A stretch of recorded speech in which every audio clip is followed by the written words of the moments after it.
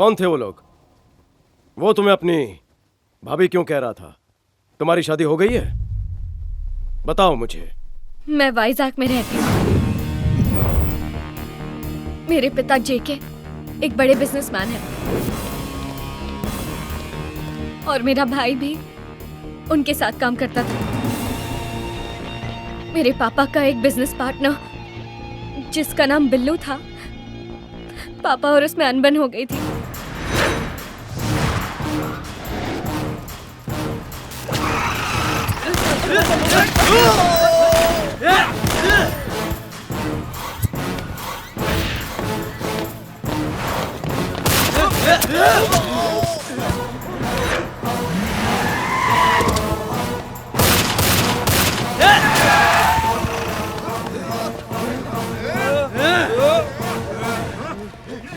बिल्लू का बाप जो 28 साल से कोमा में था, अचानक कोमा से बाहर आ गया।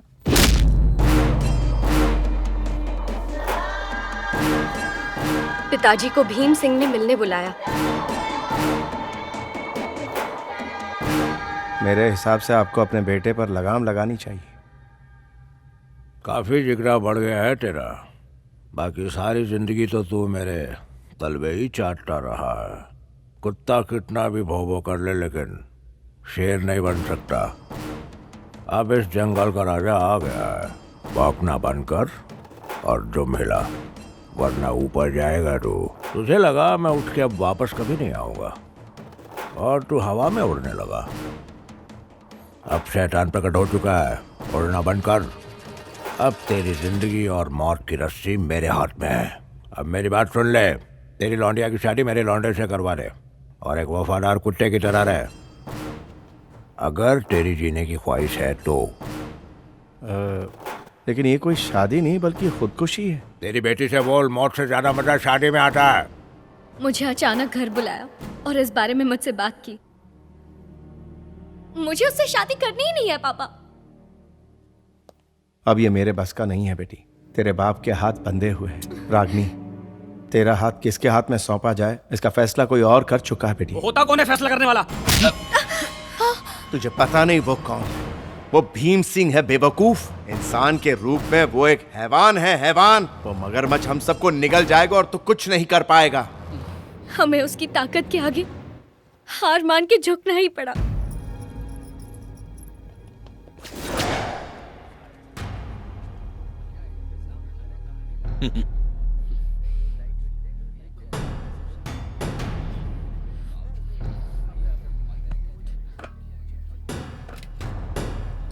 ये सब तो साले साहब ने ख्वाब में भी नहीं सोचा होगा।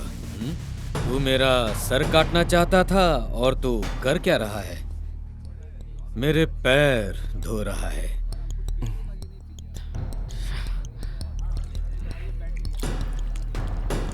अच्छा धो रहा है, मैं भी धुलवा लूं क्या? क्यों बच्चे लोग, सब इंतजाम बढ़िया है ना? एक नंबर है भाई। सुना, आज भाई की शादी है, धमाल मचाओ। भाई के सामने तो सब नौकर चाकर लग रहे हैं। कबूतर आ गया भाई। आज ये कबूतर नहीं उड़ने वाला, क्योंकि इस कबूतर के पर मैंने कतर दिए हैं। इधर आओ मेरे कबूतर। औरत का सहारा लेके जो शेर बनता है, जानते हो वो क्या होता है? वो होता है नामर्द।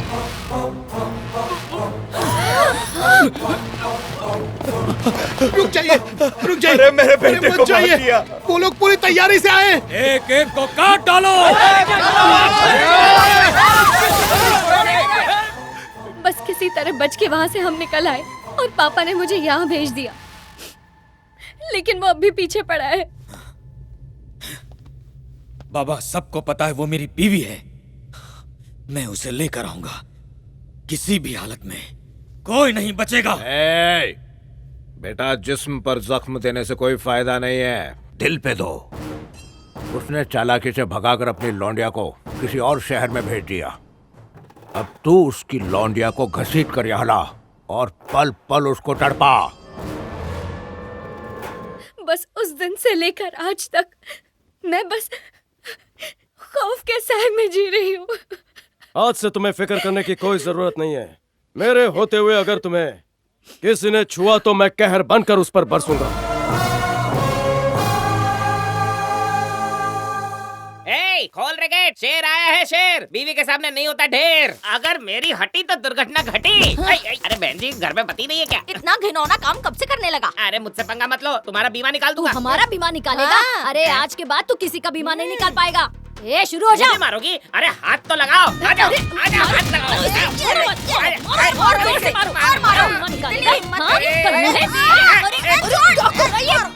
रुको, किसको पीट रहे हो? इसकी धुलाई चल रही है क्या? तो मारो ना, पर पीट क्यों रहे हो? बताती हूँ। भाभी बाहर आइए। अरे ये मोहतरमा कौन है? यही तो हमें जानना है। तुम तो इंश्योरेंस एजेंट थे ना, ये सब क्या कर रहे हो? बताओ हमें। अरे ये ऐसे थोड़ी ना बताएगा, थोड़ा मार मार के लाल पीला करो तब ये बताएगा। अरे ये तो इनकी बहन है। सही कहा, ये मेरी ही बहन है। अरे हम दोनों का बाइसेप का साइज भी सेम है। बाल बाल बचा है, भाभी ने बचा लिया। अब बच्ची का सब पति पे निकालिए, जाइए। दुनिया में भी अजीब करिश्मे होते हैं। एक दिन में मेरी बहन 18 साल की हो गई। इस करिश्मे का खुलासा मैं करता हूँ। ये मोहतरमा सर की स्टूडेंट है। कुछ समझ में आया? आड़ी टेढ़ी स्कीम बेचना बंद कर और बात सुन। ये तेरे घर रहेगी।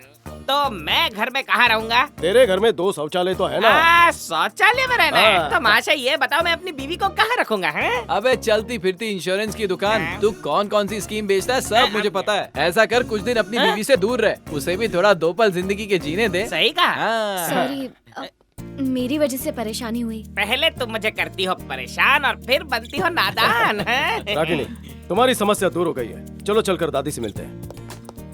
दादी माँ। नमस्ते दादी।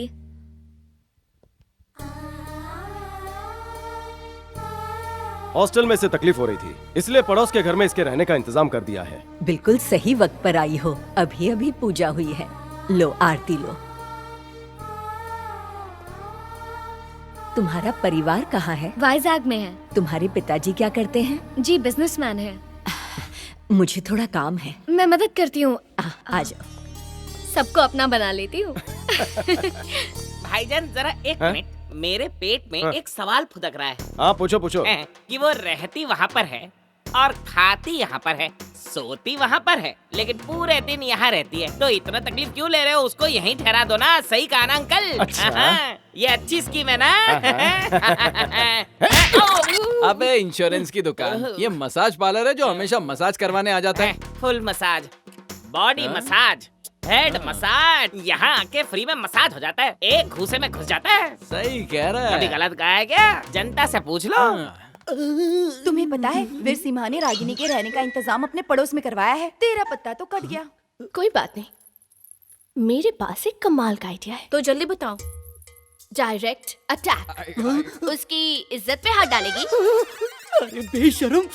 नहीं नहीं, अगले हफ्ते कॉलेज के काम से हम दोनों बैंगलोर जा रहे हैं। बैंगलोर? हम अलग अलग नहीं, बल्कि एक ही कमरा लेंगे। एक ही कमरा?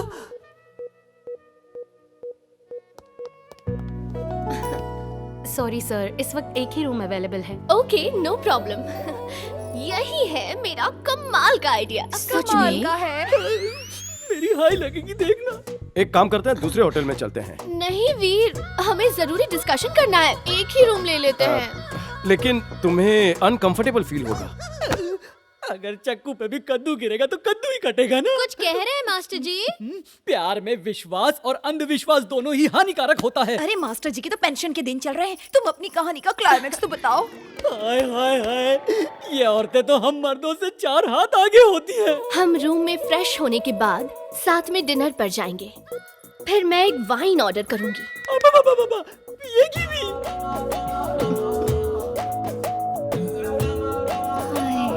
ऐसे में बारिश हो गई तो सनसनी छा जाएगी। अबे सनसनी छाएगी नहीं, ब्रेकिंग न्यूज पे आएगी। आप वहाँ अकेले क्यों सो रहे हैं? यहाँ आ जाइए ना। वीर, मुझे बहुत डर लग रहा है। मैं तुम्हें हक करके सो जाऊं? प्लीज तुम्हें हक कर लूं? अरे कहीं तो ब्रेक लगा। अगर तुम्हें डर लगता है तो पकड़ सकती हो। Yes yes. कोई बात नहीं, होने दे तेरी ख्वाहिशें पूरी। और यहाँ पर मेरी रह जाएगी आस अधूरी। न जाने कैसी है मजबूरी।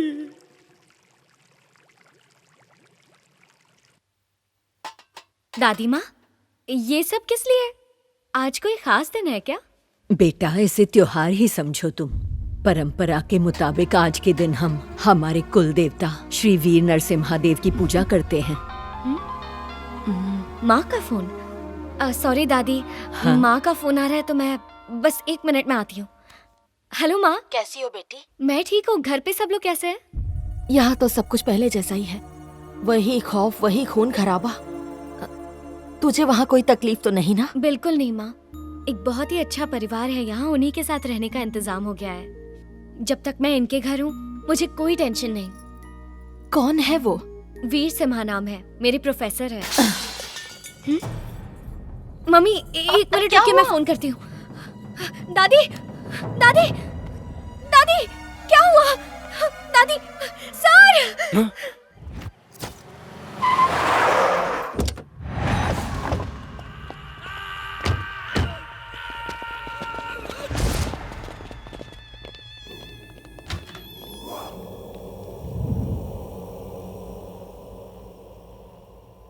किसने मारा तुम्हें?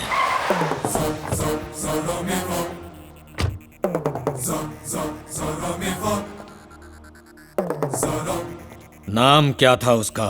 वीर सिम्हा। भाई, भाभी को देखा था। क्या कहा? मैंने भाभी को देखा था। कहाँ देखा? विजयनगर में।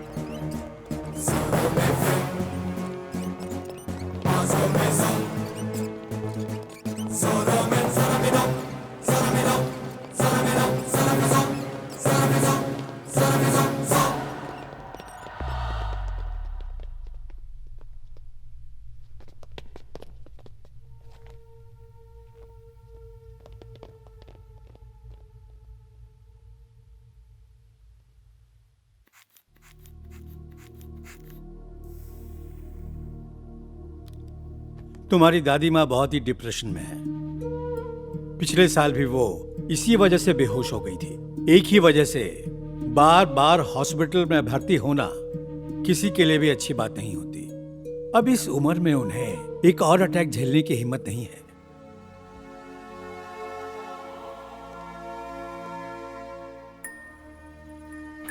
बेटा वीर सिम्हा, बोलो दादी माँ। मुझे घर जाना है, मुझे पूजा करनी है। आपकी तबीयत ठीक होते ही चलेंगे। पूजा के बाद गरीबों को खाना भी खिलाना है। ठीक है दादी माँ, आप फिक्र मत कीजिए, सब हो जाएगा। आप जाइए, जाकर गाड़ी ले आइए।